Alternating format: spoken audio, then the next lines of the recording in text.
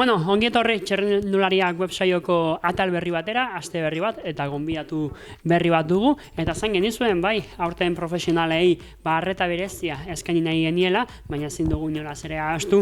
Euskal txirrindularitzak bere osotasunean badituela protagonista eta bitxikeri eta historio asko kontatzeko, eta haiei atentzioa ematen jarraituko dugu, eta badakizue, negu honetan ziklo zelaietan izan garela bai, baina pista ahaztu baino aukerarik ez dugula izan, pista jarraitzeko Donostiako melodromoan, ez da sasoirik izan, baina guk ez dugu pista ahaztu noski, eta pistaz pizkatitzei nahi genuen gure websaioan, ez ditugu Euskal Herrian aurten lasterketak izango, baina bai Euskal txirrindulariak handik eta hemendikan arituko direla, eta ja batzuk hasi dira, eta pistako denboraldia pixkat diferentea dela, errepideikoarekin alderatuz, hortaz ere hitz egingo dugu, eta horretarako bainat gara jardugu, Telkom taldeko txirrindularia errepidean, baina baita ere estatuko selekzioko kidea pistan, arratsaldean bainat. Oso ondo, eta pixkat esaten genuen, zuk bi txirrindularitza motak, errepidea eta pista, aldi batean lantzen dituzu, denbora ematen diozu bakoitzari bere garaian eta forman lantzeko, baina, sorpresari gabe esango degula, ez dagoela aukeri bakarrik pistakin aritzeko, ez? Egia da pistatik bideitea badagoela, eta kasu askotan errepidean baina errexo izan leke bideitea, ze errepidean askoz jende gehiago dago konpetitzen, eta esango dugu maila gehiago berdela errepidean gora pasatzeko. Orduan, oain nik pistatik antzuze lortzen dut, suertoi dakat, errepidetik ez, oain saiatzen jarraitu behar dut, afizionato kategorian, baina, esaten zuen aukera badago, bizitzeko.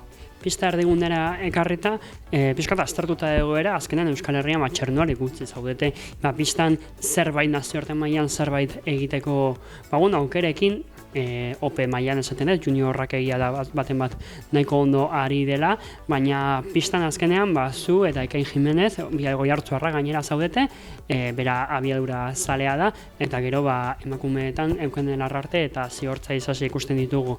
Hortik aratago, estatuko txapelketetan bai, baina gehien bat nazioartera begira, nazioarteko zirkuituak ematen duelako aukeraren bat xiakaso pistan, zuek zaudete urritasuna, baina kontuan izan behar dugu, zuek lau euskaldun horiek estatuko selekzioaren 25% ingurua zaretela, beraz Euskal Herria hemen ere ordezkatuta dago. Hori da, bai, ez askoikan, ez da leku askoikan jende asko sartzeko pistan, ez? Ze Valentzian bai, Valentzian, Madriden, Balearretan ze asko dago. Jende asko dago pistan ibiltzen dena, igual oantxe bertan Euskal Herrian baino gehiago, orduan, nola behaiek gehiago dien, normalin behaiek betekute bai selekzioko plazak, ez? Baina, batzuk bagea, leheno gehiago ginen, bai, jendea juten desagertzen junda, baina, eguneko 25 esaten zula izan leke. Gaina, kain velozidadean, ni kuartetan ibiltzen persekutan, eta euken leku guztiak representatzen, eta ziortza antzeko zerbait. Eta, zuk esan duzu, bakoitzak bere bidea hartu behar dugu pistan, eta iaia porroa bat edo biri begira egon behar da, oso espezializatutako modalidadea da. Nik uste ez, gaina batez ekainen kasuan, velozisten kasuan, hor karreteran ez zintzu ibili velozista aldin mazea. Azkenin kriston muskulatura behar dute, eta oso espezifikoa proba hoi. Baina gure kasuan, nik persekoak ititutera, hor zer ikusi askoak karreterako esfortzu egin, eta hor, alda kompatibilizatu bi gauzak, eta gio eukenek eta hauek itzen juzten probak motoko entrenamentu asko inberdia, esfortzu espezifiko batzuk entrenatu behar dituzte, baina, fondisten kasuan antzekotasuna baitu karreterakin.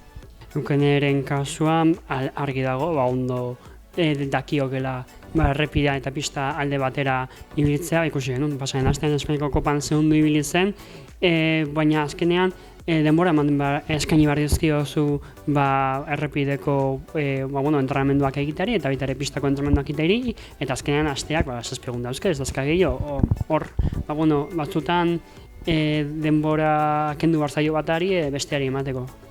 Bai, jokatu behar da blokeka askotan, inberdia pistentza denean, normalin bai sartu bertzela guk entrenatzen modun behintzat aste bat eta erdi pistan hor ondo landu gauzak eta gero ja badao denboa berriro errepidean orduak sartzeko eta hoi, eta bai, bere denboa eman bertzaio.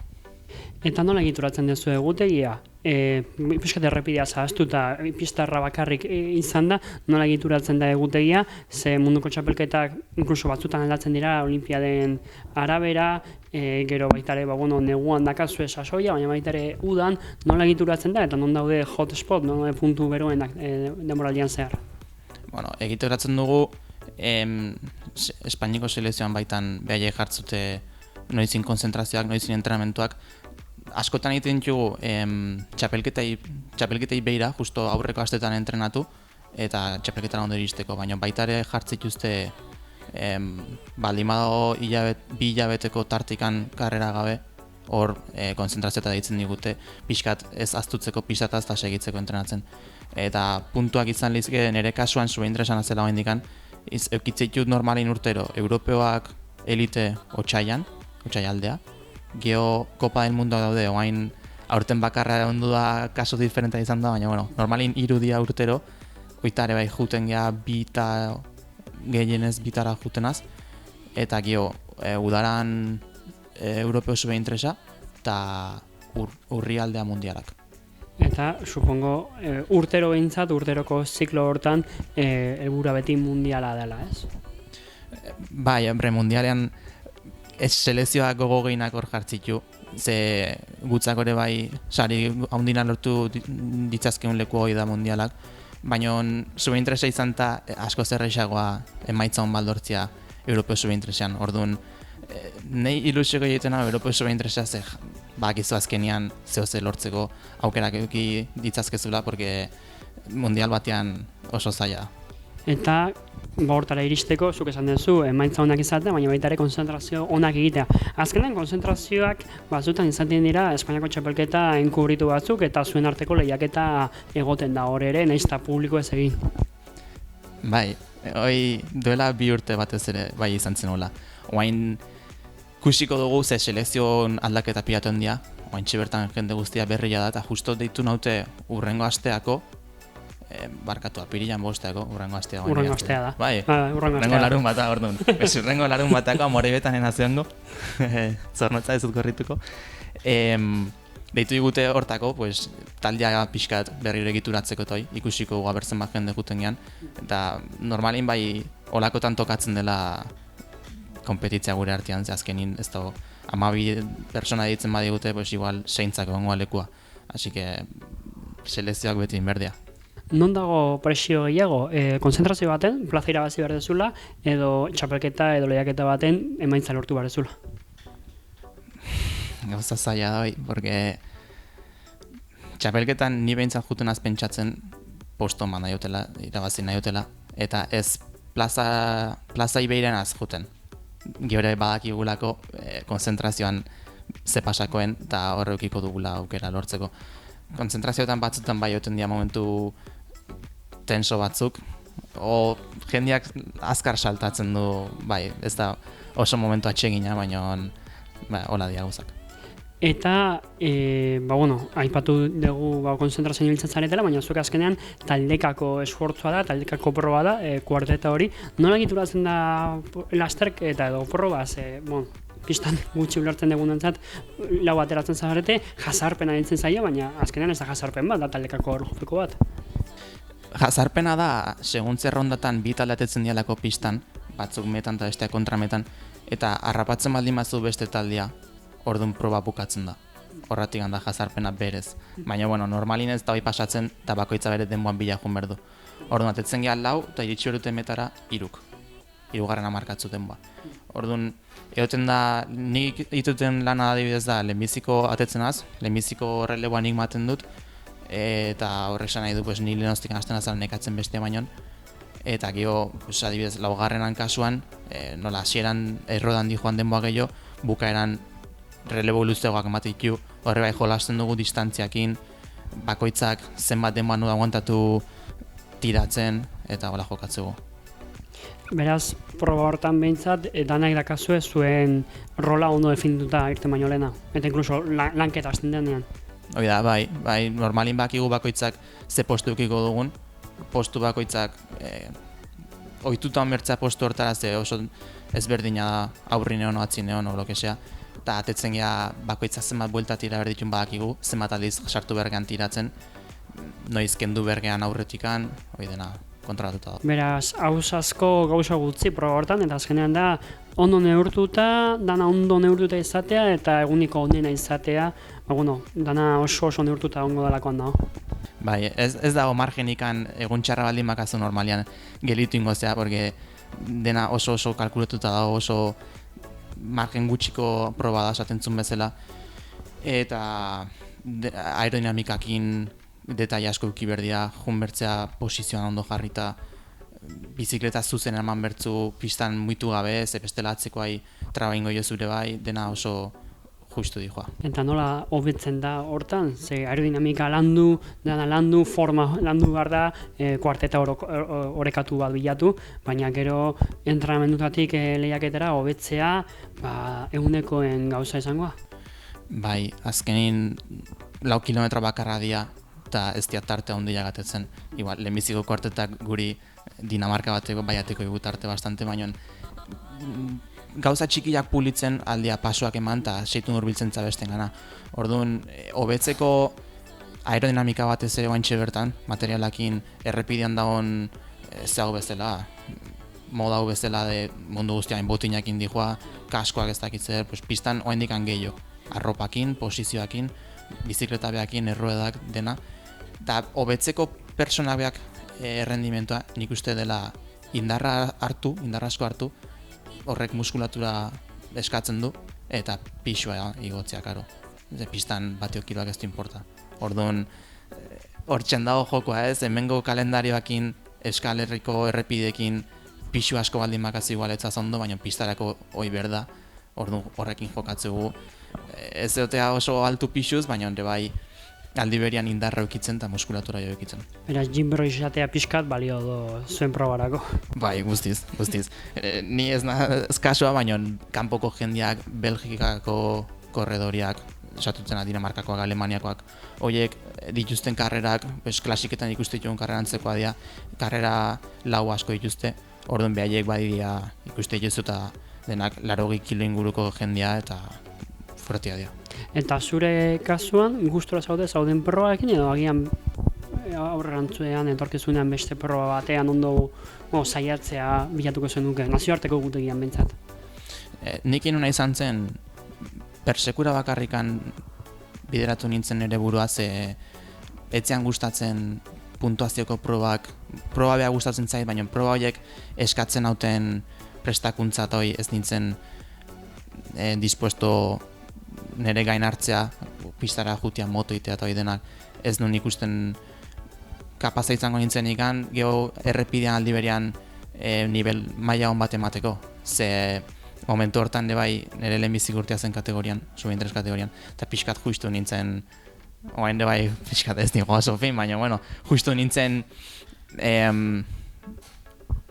nire rendimentuakin ez ditun patio asko ikan, eta orduan ez nun ikusten alun ikan pistara hainbeste dedikatu, ze bestela errepidean atzagetuko nintzen. Beraz, horreka ere beti behilatu barazu, orain irabazten ikasi dezula errepidean, konfiantza gehiagorekin aurre ingo diozu pistari ere? Azkenin, astilleron irabazin honi izan zen, sprint bat, gaina pixkan maldan gora sprint fuerte bat, orduan pistako korredore baten perfila hori da azkenian karreterako garreretan. Batio asko horiek eukitzea momentu motz batean, eta hola lortu non, orduan karrera hori bilatuko jutre bai bain, eta pistakin hola halko dut ondo bideratu. Eta baina, zu ikusten duzula Espainiako selekzioan nola mugitzen dan, juniorrak bat ostela, baina ikusi dugu azken negu honetan, aipatu dugu hasieran, Euskal Herrian ia lasterketarik ez dugula izan, lasterketa bat, anuetan beste bat. Tafaian, horrek seguro min handia egin diola etorkizuneko pistari eta batez ere Euskal Ordezkaritzari. Seguro baietz, ze ni hortik agaten nintzen, ekain hortik agaten zen, anuetatik handenak. Karrera horiek ez zegotia, seguro hemendikan 2 urteta juniorretetik pastein juvenila beti espainola ditzitula probatzeko eta hoi, junior horiek ez dira ongo. Ez dut eduki karrera ikan, eta hain jende gutxi ongoa pistan. Bai, eta ja amaitzeko gure galdera klasikoa eta orain arte profesionalismoa zitzaiten izan gara eta zentzua zekantzia kaso modu batea planteatzea galdetzen diegu guzti, euren txerrendularitzan irabazten dutenarekin aukera duten hori etxe bizitza bat erosteko euren herrian edo Euskal Herriko tokiren batean, hori zu profesionala izan gabe seguru ez, baina galdera pixkatareago eraman da galdetu behar dugu, pistan ikusten duzun aukerarik inoiz etxe bizitza bat erosteko eta profesionala izateko bere osotasunean.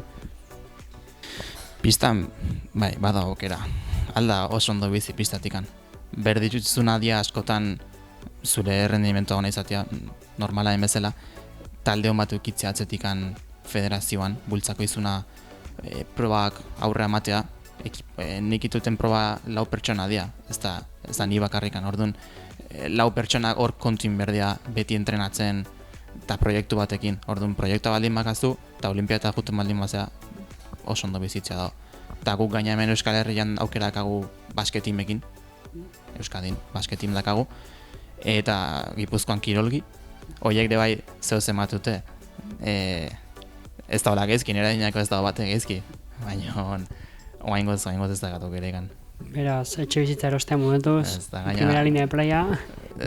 Ez dakit oi hartzun ez den garestiko egongo, ez dakit.